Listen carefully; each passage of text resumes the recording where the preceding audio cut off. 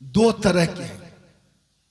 अगर गांव के अंदर नादकरी में कोई ऐसा मुसलमान है जो पांचों नमाज मस्जिद में अदा करता है तकबीर उला के साथ, अल्लाह तौफीक दिया है, मस्जिद में झाड़ू भी लगा देता है। मेरी नजरों में मस्जिद में झाड़ू लगाना दुनिया की बादशाह से क्या कहना है? वाह वाह वाह वाह वाह, सुभान अल्लाह। दुनिया की हुकूमत और बादशाह से बेहतर है कि बंदा मस्जिद में झाड़ू लगाए। अल्लाह तौफीक दे तो आप अपने गांव की मस्जिद में झाड़ू लगाओ। मेरे प्यारे भाई, अपनी औलाद को कहो, अपनी औलाद को, ये औलाद है, इसे इस बात की तालीम दो कि ये मस्जिद भी जाए और मस्जिद में झाड़ू भी लगाए। समझा कि नहीं?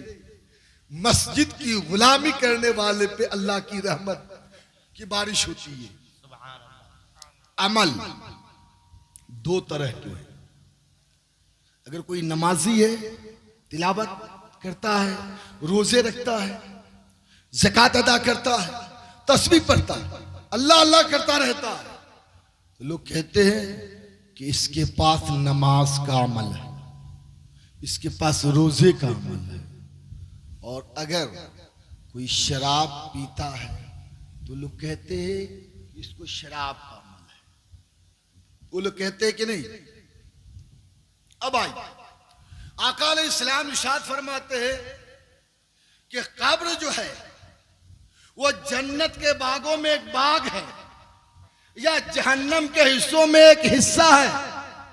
आका अलैहिस्सलाम इरशाद फरमाते हैं कि जिसका अमल अच्छा होगा उसकी कब्र जन्नत के बागों में एक बाग होगी, और जिसका अमल बुरा होगा उसकी कब्र जहन्नम के हिस्सों में से एक हिस्सा बनी होगी।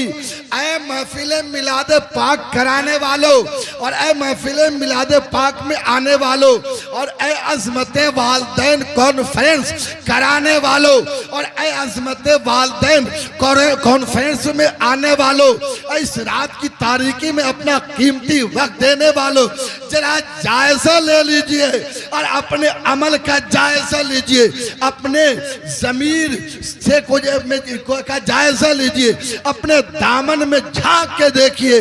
आपका अमल आपकी कब्र को जन्नत के बागों में एक बाग बनाने के लायक है, या आपका अमल जहन्नम के हिस्सों में से एक हिस्सा बनाने के लायक है। अगर आपका अमल आपकी कब्र को जन्नत के बागों में से बाग बनाने के लायक है तो अल्लाह का शुक्र अदा कीजिए।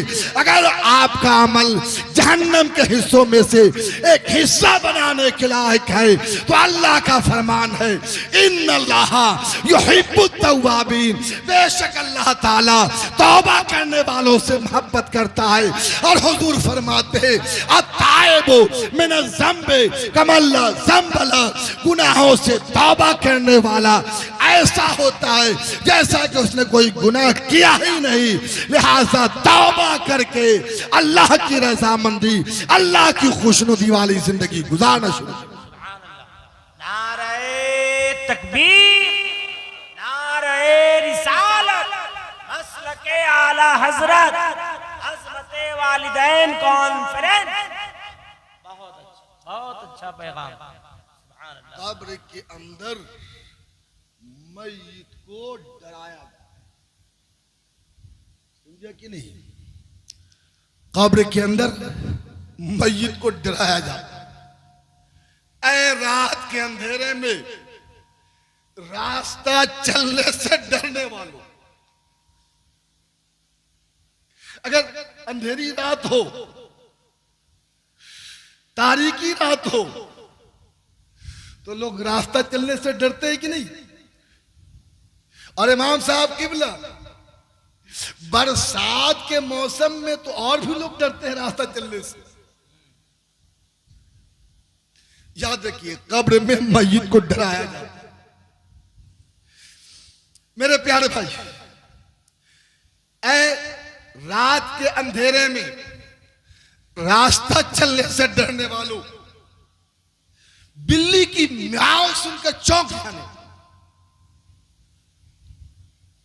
सांप अब बिच्छू का नाम सुन करके कांप जाने वालों, सुलगती हुई आग को देखकर घबरा जाने वालों, जलजला का नाम सुनकर अपने बच्चों को छोड़कर घर से बाहर निकल जाने वालों, सैलाब का नाम सुनकर इलाका छोड़ देने वालों, फकत धुएं और प्यास के झांसे से बेचैन हो जाने वालों, याद रखो हजरत अल्लामा जलालुद्दीन सुयूती शाफई अलैहि रहमत व रिजवान अपनी किताब शरहुस्सुदूर शरीफ के अंदर इरशाद फरमाते हैं कि जब मय्यत को कब्र के अंदर डाला जाता है तो उसकी कब्र में वो तमाम चीजें उसको डराने के लिए आ जाती है जिससे वो दुनिया में डरता था और अल्लाह अज़्ज़ व जल से न डरता था। फिर सुनो इस बात, आप लोग सुनिए, ये जो देख रहे हैं नहीं, हजरत अल्लाह मौलाना गुलाम साबिर साहब किबला जो लातेहार जिला तरवाडी के रहने वाले हैं और झारखंड की राजधानी रांची में इस्लाम और सुन्नत की खिदमत करी, इनके लिए तकरीर नहीं हो रही।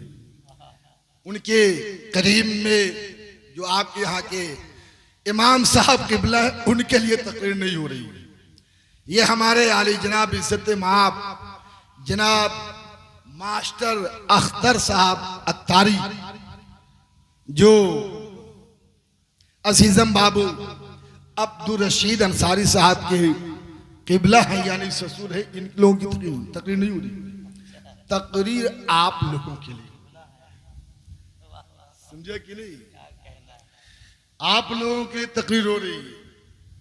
फिर सुनिए, जब मय्यत को कब्र के अंदर डाला जाता है तो उसकी कब्र में वो तमाम चीजें उसको डराने के लिए आ जाती है जिससे वो दुनिया में डरता था और अल्लाह अज़्ज़ व जल से ना डरता।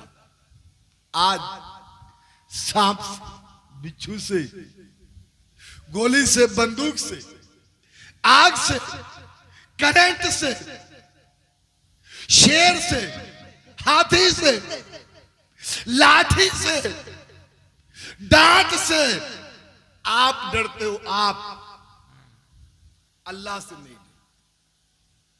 डरते अल्लाह से।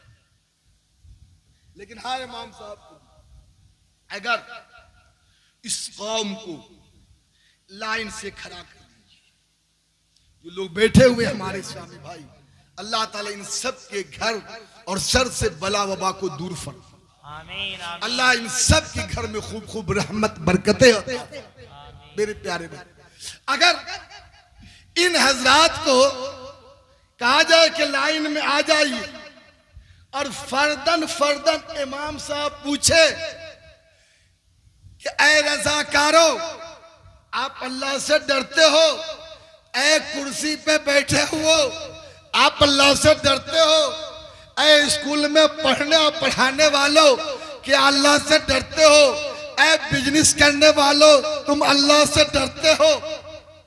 तो मेरे उस्ताद कहा करते थे, इस जमाने के लोगों से पूछेंगे कि आप अल्लाह से डरते हो, अल्लाह से डरते हो, तो जो नमाजी होगा, तिलावत करने वाला होगा, मस्जिद जाने वाला होगा, इस्लामी लिबास पहनने वाला होगा, वो तो डरे हुए सीमे हुए आवाज में कहेगा कि मैं अल्लाह से डरता हूं। और जो नमाज से, मस्जिद से, जुमे से दूर होगा, वो धड़ल्ले से कहेगा कि मैं अल्लाह से डरता हूं। आप लोगों के यहां भी कुछ ऐसे लोग होंगे जो कहते होंगे कि मैं नमाज नहीं पढ़ता हूं लेकिन नमाजियों से ज्यादा डरता हूं। ये तो इमाम साहब बता सकते हैं कि ऐसे लोग हैं या नहीं। कुछ लोग कहते हैं मैं मस्जिद नहीं जाता हूं लेकिन मस्जिद जाने वालों से ज्यादा डरता हूं। मैं तस्बीह नहीं पढ़ता हूं, लेकिन तस्बीह पढ़ने वालों से ज्यादा डरता हूं। मेरे प्यारे भाई, हर दावे के साथ साथ दलील का होना जरूरी, जी जी, दलील का होना जरूरी। अगर आपका ये दावा है कि मैं अल्लाह से डरता हूं, मैं